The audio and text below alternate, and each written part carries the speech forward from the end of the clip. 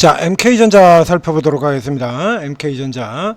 자, 이 MK전자는 예전에 이제 한참을 이렇게 마냥 겁나게 헤매고 있다가 여기 빠져나올 때, 딱 빠져나오는 첫날부터 저희가 추천을 해드리고, 그 다음에 쭉 올라드는데 2차 상승에서도 또 추천을 해드렸고, 예, 빠져들어올 때 리바운딩 되는 지역에서도 또 추천 한 번 더 해서 이렇게 큰 수익을 내드렸던 종목입니다.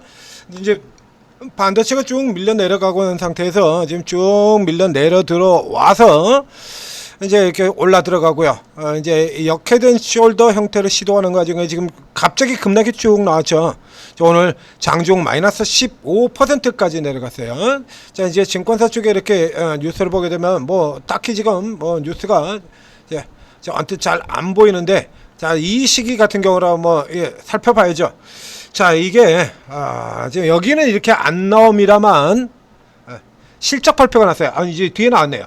이제 실적 발표가 나오는데, 자, 지금 한번 볼까요? 제목 해놓은 거하고 지금 주가 흐름하고 좀 맞지는 않습니다. 2분기 악조건성에서도 호실적 수익 개선 지속 반도체 소재 사업 쾌속 질주 이렇게 했는데 주가는 15%가 깨져 내려가요? 이거 어떻게 된 거죠? 희한한 짓거리가 나오고 있죠. 자, 이 실적 발표가 이제 다음 달이죠. 분기 마치고 그 다음 달에 15일까지죠. 15일까지 이렇게 들어가는데 1년 4번 있는 실적 발표 중에서 이제 가장 심한 게 바로 지금 이 2분기 실적 발표 때예요. 그러니까 2분기 실적 발표 같은 경우는 요게 그 15일이 마감일인 15일이 하필이면 딱 광복절 휴일이 낍니다. 휴일이 끼는 날이기 때문에 1년 4번 있는 것에서 언제나 이제 마감 근처에 가면은 실적을 막 몰아때려서 발표를 하는, 그래서 뭐 올빼미 공시 뭐 이런 얘기들도 많이 나오고 그러죠. 이제 그 중에서 이제 가장 심한 게 2분기입니다. 그러니까 2분기 같은 경우는 이게 광복절 휴일이 이렇게 발표 마감일이 휴일이 끼어 있기 때문에 이제 마감 전날, 그래서 14일 날 끄트머리 가면 이제 한꺼번에 무더기로 쏟아버리는 이런 흐름들이 굉장히 많이 나오는 시기가 되죠. 그래서 이제 여러분들 같은 경우는 이제 내 종목 아직도 실적이 발표 안 나오네 이런 종목들 꽤나 많습니다. 굉장히 많아요. 이게 심할 때는 최근 같은 경우는 더 그러기도 한데요. 14일 날 15일 전인 14일 오늘이죠. 오늘 같은 날 하루에 400개 종목이 실적 발표를 해버립니다. 하루에 400개 종목이야. 하루 400개 실적 발표를 해버리게 되면 무슨 일이 일어나면 갱신이 안 돼요. 이거. 그래서 14일 날 실적 발표를 했는데 다음 주까지 가도, 다음 주말 21일이 가도 이 FM가이드에 실적 발표가 경신이 되지를 않는, 이게 경신이 되는 이런 흐름이 나옵니다. 그러니까 전분기 실적 발표할 때도 일주일 걸렸었죠.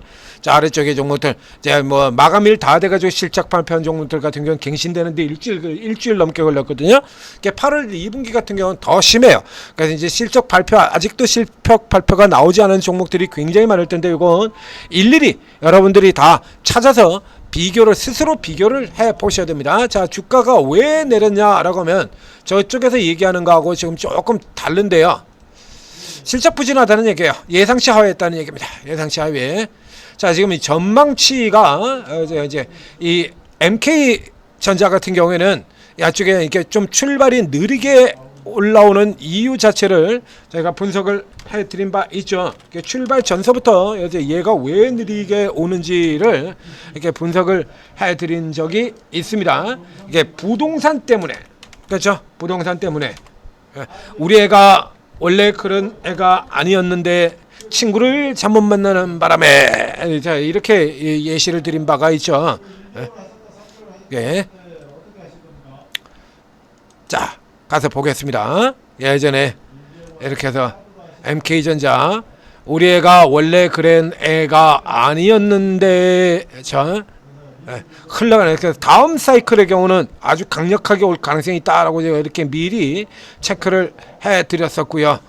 실적 개선이 다소 더디었다. 그러면서 이제 부동산 때문에 좀 덜미가 잡혀 있다가 그 다음에 이제 쭉 올라 들어가는 거 요거 얘기 드린 바 있고, 그런지 최근 같은 경우도 이제 담합 이슈 때문에 주가가 한번 또 급격하게 떨어졌던 적이 있죠. 이건 모더런 반도체주. 반도체로는 벌써 갔어야 되지만 부동산 때문에 속도가 안 난, 그래서 지금 근래 같은 경우도 이제 지지난주 같은 경우에 요거 얘기 드렸었죠. 이렇게 났습니다. 그러니까 MK전자 같은 경우 저편 때 잣대가 이제 지 마음대로 돌아 들어간다라고 얘기 들었고요. 저평가는 일단 확실한 종목이기는 하지만 이게 수급에 따라서 편차가 좀 많이 나게 될 거다라고 이렇게 제가 제시드린 바가 있죠. 자, 이제 또 실적으로 되돌아 들어가 보도록 하겠습니다. 실적 전망이, 자, 그래서 이제 좀 늦게 개선이 돼 가지고요. 작년 같은 경우도 징검다리로 왔다 갔다 하는 흐름들을 보였었죠. 자, 이렇게 해서 이제 올해 1분기 와서 이제 150억 좀 단위 돌아서고요. 그 다음에 지금 2분기에는 300억, 3분기에는 이제 여기서부터 이제 조금 더 나서 300억대 이익을 낼 것이다. 그래서 연간 전체로 100억대에서 1000억, 1700억, 2000억 이렇게 돌아 들어올 것이다. 이렇게 전망이 된다 했죠. 영업이익보다는 순이익이 좀 적어요. 앞에 얘기했던 부동산 쪽, 부동산자 한국토지신탁 이쪽에 부동산이 덜 미를 잡아서 이 뒤쪽 가서 들어가서 이 자회사 쪽 리스트를 살펴보면요, 이게 반도체 회사인지 부동산 회사인지 알 수가 없게 나오는 게 바로 이 MK전자입니다. 자, 보실까요? 이렇게 자회사 리스트입니다. 자회사 쪽 보시게 되면요, 부동산 투자, 탐사자원 개발, 부동산 투자, 도방설치 탐사자원, 부동산 자산 관리도 있고요, 부동산 투자업, 부동산 토지 신탁. 이 반도체 회사인데 뭐 온통 부동산으로 다 되어 있죠. 그러니까 부동산으로. 요래서 이것 때문에 이 종목이 조금 늦게 들어오고, 그리고 영업이익과 순이익 간의 차이도 편차도 좀 벌어지게 되는 겁니다. 그래서 이제 요거 같은 경우들이 이제 반영 몫을 어떻게 계산을 해서 반영에 따라서 실적이 조금 달라질 수가 있어요. 자, 그래서 이제 분기 실적이 300억 정도, 5,358억에 300억 이익이 나올 거다. 순이익 같은 경우 전망치에 들어가 있지도 않죠. 왜 이렇게 부동산 쪽 요게 변수가 하나 있으니까 이거 어떻게 나올지 모른다 이겁니다. 그래서 반도체 쪽 부분을 중심으로 해서 계산해가지고 전망을 때려놓고 이쪽 때문에 순이익은 좀 왔다 갔다 하는 의미일 거예요. 그러니까 작년 연말 같은 경우도 보면 순이익은 적자로 들어가 있지 않습니까? 그래서 이번 1분기 같은 경우도 순이익은 50억, 49억 밖에 안 됐고요. 그래서 전망치 자체를 애초에 안 내놓고 있어요. 자, 여기서 이제 실적이 나왔는데, 자, 실적이 나왔는데, 자, 매출이 우선 4,890억, 예상치 한 10% 정도 하회하고 있고요. 자, 그 다음에 영업이익이 252억이 나왔습니다. 그러니까 예상치에서 한 50억 정도 모자라니까 쇼크까지는 아닌데 이제 꽤 좀 덜 나온 셈이 되는 거죠. 그다음에 저 아래쪽으로 이제 순이익 같은 경우 보게 되면,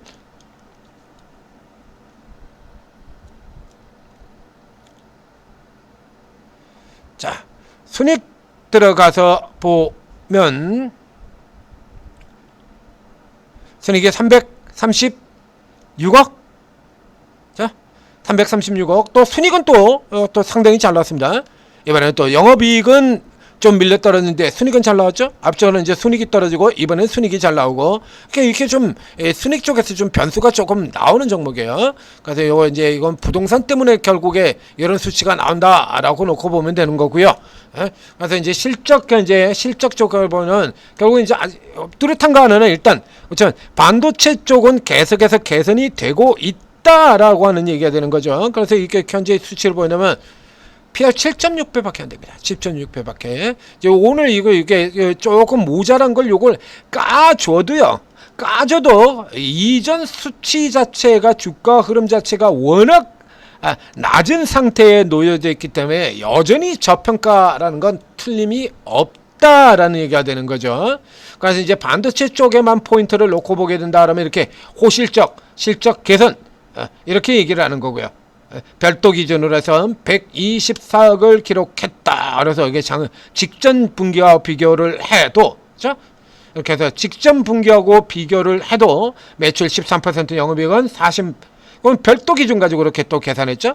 그래서 이런 식으로 우리 여기 같은 경우는 이렇게 계산을 각각 따로 해요. 그래서 어떤 때는 뭐 연결 기준 가지고 하고 어떨 때는 별도 기준만 따로 떼서 하고 어떤 종목은 일시적 수익이 낮다고 까버리고 어떤 종목은 수익이 낮다 그러고 또 좋다 그러고 각기 자기 마음대로 잣대를 지금 들이밀고 있다라는 얘기가 되는 거죠. 이제 이렇게 해서도 요 부분만 이렇게 딱 잘라서 보면 이거 되게 좋거든요. 자, 근데 반면에 예상치를 하회했다는 쪽만 부각을 하면 이 시세가 나오는 거고요. 예상치보다 50억이나 적어. 영업이익이. 그러면 까대기 나오는 거고 또 요쪽이라 가지고 요것만 비교를 이렇게 해서 놓고 본다 그러면 이거 호실적이죠. 맞죠? 이렇게 보면. 자, 요쪽만 보면 이렇게 돼서 호실적이 맞다라는 얘기입니다. 당기순익 332억 증가했다. 이렇게는 보면 맞는데 예상보다는 못하다. 앞쪽에 나왔던 달바 글로벌처럼 예상보다 못하다 이렇게 깔 수가 있는 거죠. 예상보다 못하다라고 하더라도 이 종목 자체가 이 앞쪽에서 지금 이만큼 올랐던 거가 도로 다 빼버렸잖아요. 그래서 결국에는 반도체로 인한 상승 몫이 하나도 없는 주가예요. 이게 최근 저점이 지금 나오잖아요. 이게 지금 예상보다 못하다 하더라도 이게 올라 들어갔던 걸 최근 지수 안 좋고 그러면서 이게 도로 다 까버리는 바람에 결국에는 얼마 올라간 겁니까 이거? 지금 여기 15,000원이면 이 저점이 지금 11,000원, 12,000원 나오잖아요. 요거밖에 못 올랐다는 얘기야.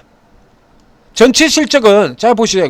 전체 실적은 이렇게 올라 들어가는데 주가는 겨우 요거밖에 못 올라간 거거든요. 이건. 자, 그럼 또 3분기 가서 실적이 나빠질 거냐 그러면 3분기 가서 실적이 또 나빠질 리가 없죠. 자, 요 그럼 보죠. 이 케이스 같은 경우는 이건 전형적인 이제 헤드, 역헤드 숄더로 들어가게 되는 겁니다. 다시 체크해 보도록 하겠습니다. 왼쪽 어깨, 머리, 어깨, 머리 넘어갔죠? 일단 살짝 넘어갔다 왔습니다. 그럼 요 밀리는 흐름에서 요 선 위에만 잡으면 된다라고 해드렸죠. 그러니까 이쪽보다 내려가지 않고 이 검은 선, 이 굵은 선보다만 위쪽이면 돼요. 그러니까 이 20일에서 지금 오늘 아래 저점 구간 되는 것 같아요. 여기가 매수 구간이 되는 겁니다. 저가 매수 구간. 여기가 저가 매수 구간이 되는 거죠. 그럼 이게 이제 전형적인, 전형적인 이게 돌아서 이렇게 돌아 나오면 이제 전형적인 역헤드 숄더, 바마 리서치에서 설명드렸던 그 전형적인 역헤드 숄더로 들어가는 겁니다. 자, 수급 한번 볼까요? 그래서 이제 그 이전에 굉장히 싼 종목이기 때문에 많이 샀다가 지금 또 연락이 있게 쭉 까대기로 이제 내려가요. 그래서 지금 조금 이제 수급이 조금 좋지는 않습니다. 그래서 이렇게 해서 이제 공격적으로 받지는 마시고 저가 들어오는 선 정도에서 받고 그 다음에 이제 돌아 나가는 흐름 나오게 되면 다시 저 수급이 개선돼서 돌아 들어올 때 노래라 하는 얘기예요. 자, 앞쪽에 그래서 FMD 제가 설명드린 바 있습니다. 다시 보도록 하겠습니다. 자, 수급 도는 때를 노려라 그랬죠. 저가는 확실하지만 잣대가 지 마음대로로 앞에도 이게 설명드렸잖아요. 잣대가 지 마음대로인데 그래도 저평가는 일단 확실하고요. 수급 도는 때를 노려라. 자, 지난주에 설명드렸던 거하고 지금하고도 똑같습니다.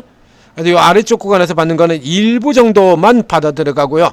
수급 돌아 나오면 그때 같이 넣어서 질러 주시면 되겠습니다.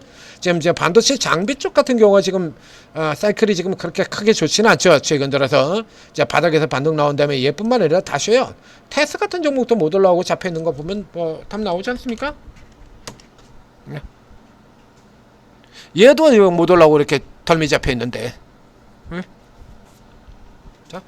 자, 천재투자TV 구독 좋아요 눌러주시고 알림 설정해두시면 이렇게 필요한 때가 됐을 때 여러분들이 궁금해할 때 분석이 나갑니다. 그리고 또 이제 종목들 같은 경우 이렇게 저런 종목들 지금 위에서 잡아버리면 골 때리지 않습니까? 이제 위에서 잡을 종목이 따라 들어가면서 살 종목이 있고 밑으로 눌려 들어왔을 때 잡을 종목이 있고 다 틀리죠. 오르고 채팅 앱을 다운로드 받고 여러분들이 입장해서 들어가시면 20명의 이 최고 전문가분들이 있는데 자, 이분들 같은 경우가 저희 주특기세하고 이게 접근법이 다 달라요. 하여튼 뭐 반도체를 잘하는 사람도 있고 바이오 잘하는 사람들도 있고, 그렇죠? 그다음에 이제 시클리컬 잘하는 사람들도 있고, 또 이제 분야로 접근해 보면 이렇게 급등주로 주로 다루는 사람도 있고, 주도주 중심으로 다루는 사람이 있고, 저가 저평가주를 중심으로 다루는 사람들도 있고, 이렇게 스타일이 다 틀립니다. 그래도 일단 쭉 여러분들 이제 이게 전문가 사진을 이렇게 누르면 프로필이 올라오긴 한데, 그건 몇 줄 가지고 다 곧바로 판단되는 건 아니잖아요.